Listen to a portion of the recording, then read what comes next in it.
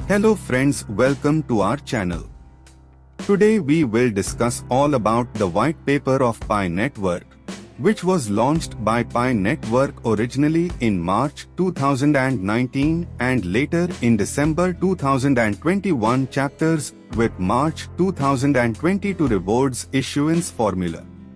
The source of this knowledge is taken from Pi Network's official website.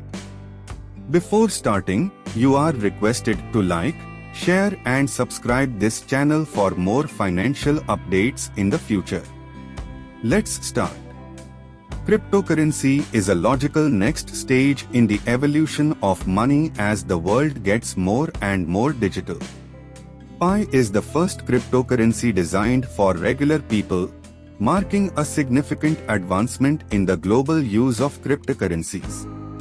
The mission of Pi Network is to create a platform for cryptocurrencies and smart contracts that is controlled and protected by regular people. Its vision is to create the most inclusive peer-to-peer ecosystem and online experience possible with Pi, the most popular cryptocurrency on Earth. Anyone might have made 50 BTC in the early days of Bitcoin by merely running Bitcoin mining software on their home computer, when only a small number of individuals were working to validate transactions and mine the first blocks. Smart miners realized they could make more money if they had more than one computer operating to mine as the currency gained popularity. Entire businesses sprung up to mine as Bitcoin's value continued to rise. These businesses created specialized processors and set up massive farms of servers to mine Bitcoin. The Bitcoin gold rush was sparked by the rise of these massive mining businesses, which made it exceedingly challenging for regular individuals to participate to the network and get rewards. Additionally, their efforts started using a lot more computational power, which added to the global environmental problems already present. A significant concentration of economic power and wealth in Bitcoin's network was swiftly brought about by the simplicity of mining Bitcoin and the following growth of Bitcoin mining farms. To put things in perspective, 1% of the Bitcoin network today owns 87% of the total supply, even though many of these coins were basically free to produce in the beginning. Another illustration is Bitmain, one of the largest Bitcoin mining companies, which has generated billions in sales and profits. Bitcoin was the first to demonstrate how cryptocurrencies may upend the established financial system by enabling transactions to be completed without the need for a middleman. The inexorable march towards the adoption of digital currencies as the new standard is still being propelled by the growth in freedom, flexibility, and privacy. Despite its advantages, Bitcoin's concentration of wealth and power poses a significant obstacle to widespread adoption. In an effort to comprehend why individuals are hesitant to enter the cryptocurrency field, Pi's core team has done research. People frequently mentioned investment mining risk as a significant entrance hurdle. Now let's discuss about the Pi Network's solution that enables mining on mobile phones.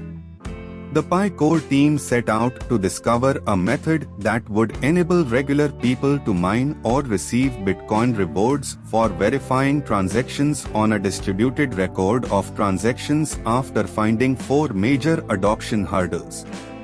As a reminder, ensuring that revisions to this open record are not fraudulent is one of the key issues that emerge with keeping a distributed record of transactions. Although the method used by Bitcoin to update its records has been demonstrated, it is not very user-friendly. For Pi, we added the further design stipulation of using a consensus mechanism that would also be very user-friendly and ideally allow mining on desktop PCs and mobile devices. The Stellar Consensus Protocol stands out as the top contender to enabling user-friendly, mobile-first mining when compared to other consensus algorithms. David Maziez, a professor of computer science at Stanford University, who now holds the position of chief scientist of the Stellar Development Foundation, is the creator of the Stellar Consensus Protocol. Federated Byzantine Agreements, a revolutionary method used by Stellar Consensus Protocol, ensures the accuracy and reliability of distributed ledger updates. Through the Stellar blockchain, which has been operational since 2015, SCP is also used in practice. Now friends, let's discuss briefly about Stellar Consensus Protocol and its use in Pi network. Pi is based on the Federated Byzantine Agreement algorithm and the Stellar Consensus Protocol, which are examples of the other class of consensus methods. Such algorithms don't waste energy, but in order for the nodes to reach consensus on the next block, several network messages must be exchanged. Based on the cryptographic signature and the transaction history, each node may independently decide whether a transaction is genuine or not, such as the authorization to make the transition and double spending. However, a network of computers must communicate with one another and go through several voting rounds in order to reach agreement on the transactions to include in a block and the sequence in which these transactions and blocks should be recorded. The contribution of Federated Byzantine Agreement is that each node sets its own quorum slices, which in turn will generate various quorums, as opposed to having one quorum that is established centrally. In a decentralized manner, new nodes can join the network. They identify the nodes they trust and persuade other nodes to believe them without needing to persuade a central authority.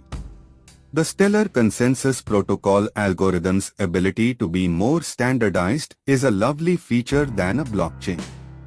In a distributed system of nodes, it coordinates consensus.